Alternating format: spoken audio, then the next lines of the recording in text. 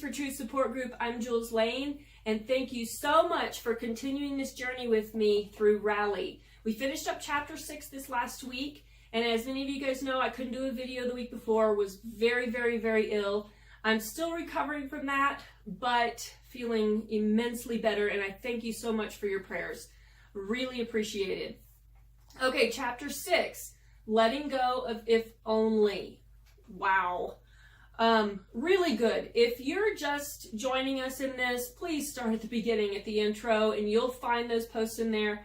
Go through it one chapter at a time, work through the whole thing. It's fantastic. I really encourage you to do it. It doesn't take that long to do the lessons week to week, and that's why we've kind of spaced it out like this, to where we're only doing one chapter a week, so you can really take your time and go through it a little bit each day. Or if you're on a crunch, you could do the whole thing in one day very easily. So please stick with it. If you're behind, catch up. Go ahead, pick up where you left off and continue forward. But I don't want you to miss out on this. This is really good information and really good material. So chapter 6, letting go of if onlys. Very similar for me to letting go of have to haves. Because I tend to like to wallow a little bit and be like, oh, if only. And Barb says there are 4 categories that they typically fall into. One of 4 categories, your if onlys. If only they were different. If only I were different. If only this situation were different. If only the past were different. Okay, so I could relate to all of those. And I hope that as you went through the chapter, that she breaks it down more specifically for each one of those categories, and there are fun questions. Actually, they're not that fun if you're really getting into it. They're very convicting, but very helpful. So she breaks it down even more by each of those categories, and I really hope you guys dove into that and ask God to search your heart for those things that you're saying, if only. And I know that a lot of times those of us who struggle with food, weight, body image issues, there are a lot of if onlys in our past and present. And dissecting those and calling them what they are is huge. I loved going through all of those and identifying them. Now, the problem is the enemy would love nothing better than to keep us going around and around in a circle. You know, if only, or I have to have this, if only, blah, blah, blah. I have to have this, if only, blah, blah, blah, blah. And then we go back into this cycle of destruction where we're having a pity party and we're not moving forward. We're not growing in Christ. We're just kind of whimpering. And then sometimes we try to find other people to whimper with us and to whine with us and be like, oh, it's not fair, if only, you know. And we need to stop that. I was really convicted of that this week, that I have the thought, if only, way more than I thought I did. Maybe that was true for you. But I really didn't think I had that many if onlys that I was clinging to. But as I went through this week and was thinking about if onlys, I realized I say that to myself a lot more than I thought I did. And that's the enemy. He wants to keep us in that pattern of if only. And it's really sneaky because sometimes it sounds, noble, because maybe you're beating yourself up a little bit and you feel a little justified because you ate something you weren't supposed to. And you think, if only I hadn't eaten that. But then you get stuck in that, and it's if only, but you can't undo the past. So we need to move forward. So clinging to if onlys keeps us stuck in a pattern, and there are consequences, and these consequences are devastating. I read this list she had on here. It was, again, extremely convicting. We become blind to the good in life and people. How many times have you thought, I'm supposed to think something good about that person? Really? When there are good things about them, but including ourselves. I like how she put that in parentheses. We become blind in the good in ourselves. And the good in ourselves is Christ, right? And so we become blind to that and we think it's all bad. It's terrible. And so we're consumed thinking about bad in life and people. Oh, and so then we start, that's all we see and all we focus on, and we think, well, what good is in my life? What good is in these people? They're, oh, well, I'm not going to trust them because they're probably going to do me wrong, you know. Having that mentality, and a lot of times it becomes a habit and we don't even realize that we've developed that mentality. But hopefully, as you focused in on your if onlys this week, you started recognizing, oh, I do that. The next one, we feel like life has to be a certain way for us to be happy.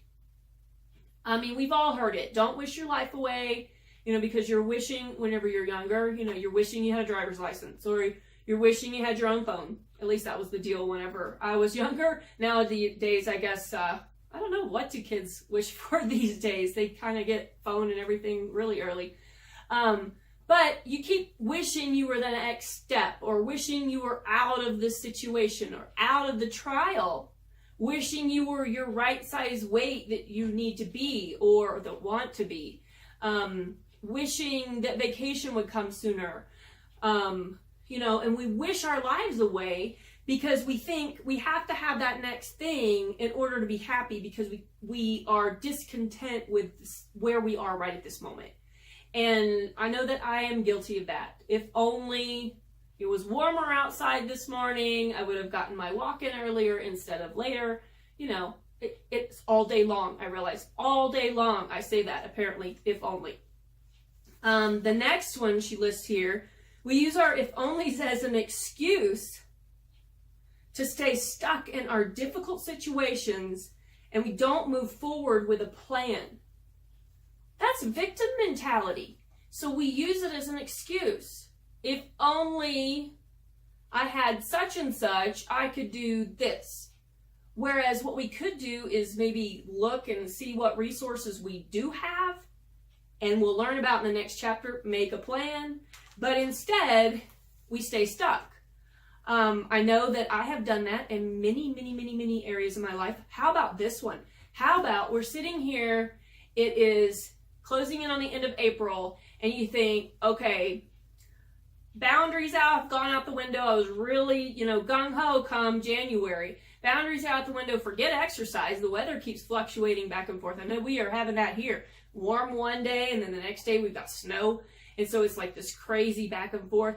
And so you think, if only it were spring or summer, rather, if only I still had that motivation that I had back in January, blah, now it's gone. Now we've got summer upon us, like I'll be able to do my boundaries over the summer. So we have all these excuses, and we use it as an excuse to stay stuck, if only, with where we are.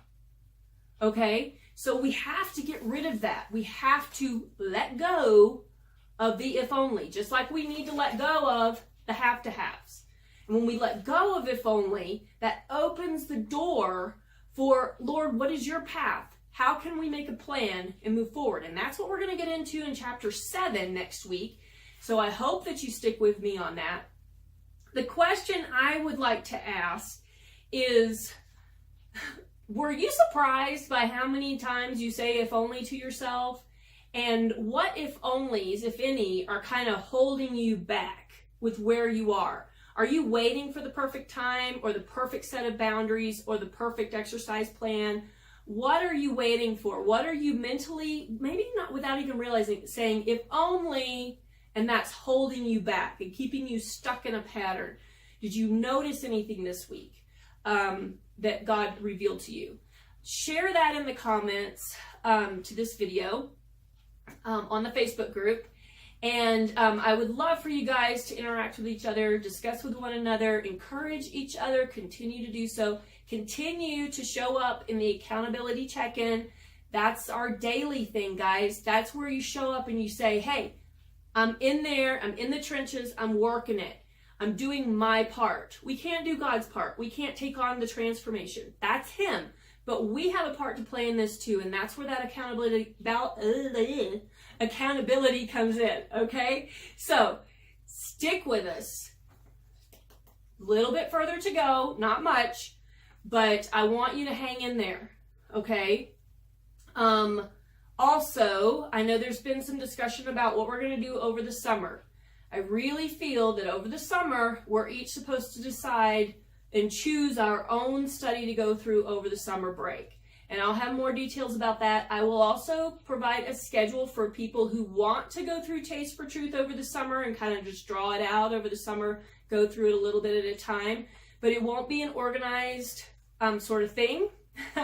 And I would encourage you to get into the accountability check-in and hold yourselves accountable in there to really processing and studying with the Lord. I want you guys to use what you've learned, okay? And that's part of this summer, because I know schedules are hectic and people are all over the place. So this is a perfect opportunity for you to choose how are you going to study over the summer and really get into it. Okay, so that's chapter 6 with a little bit of extra stuff. And I'm looking forward to chapter 7. Thank you so much for sticking with me. I'll see you guys around on the Facebook group.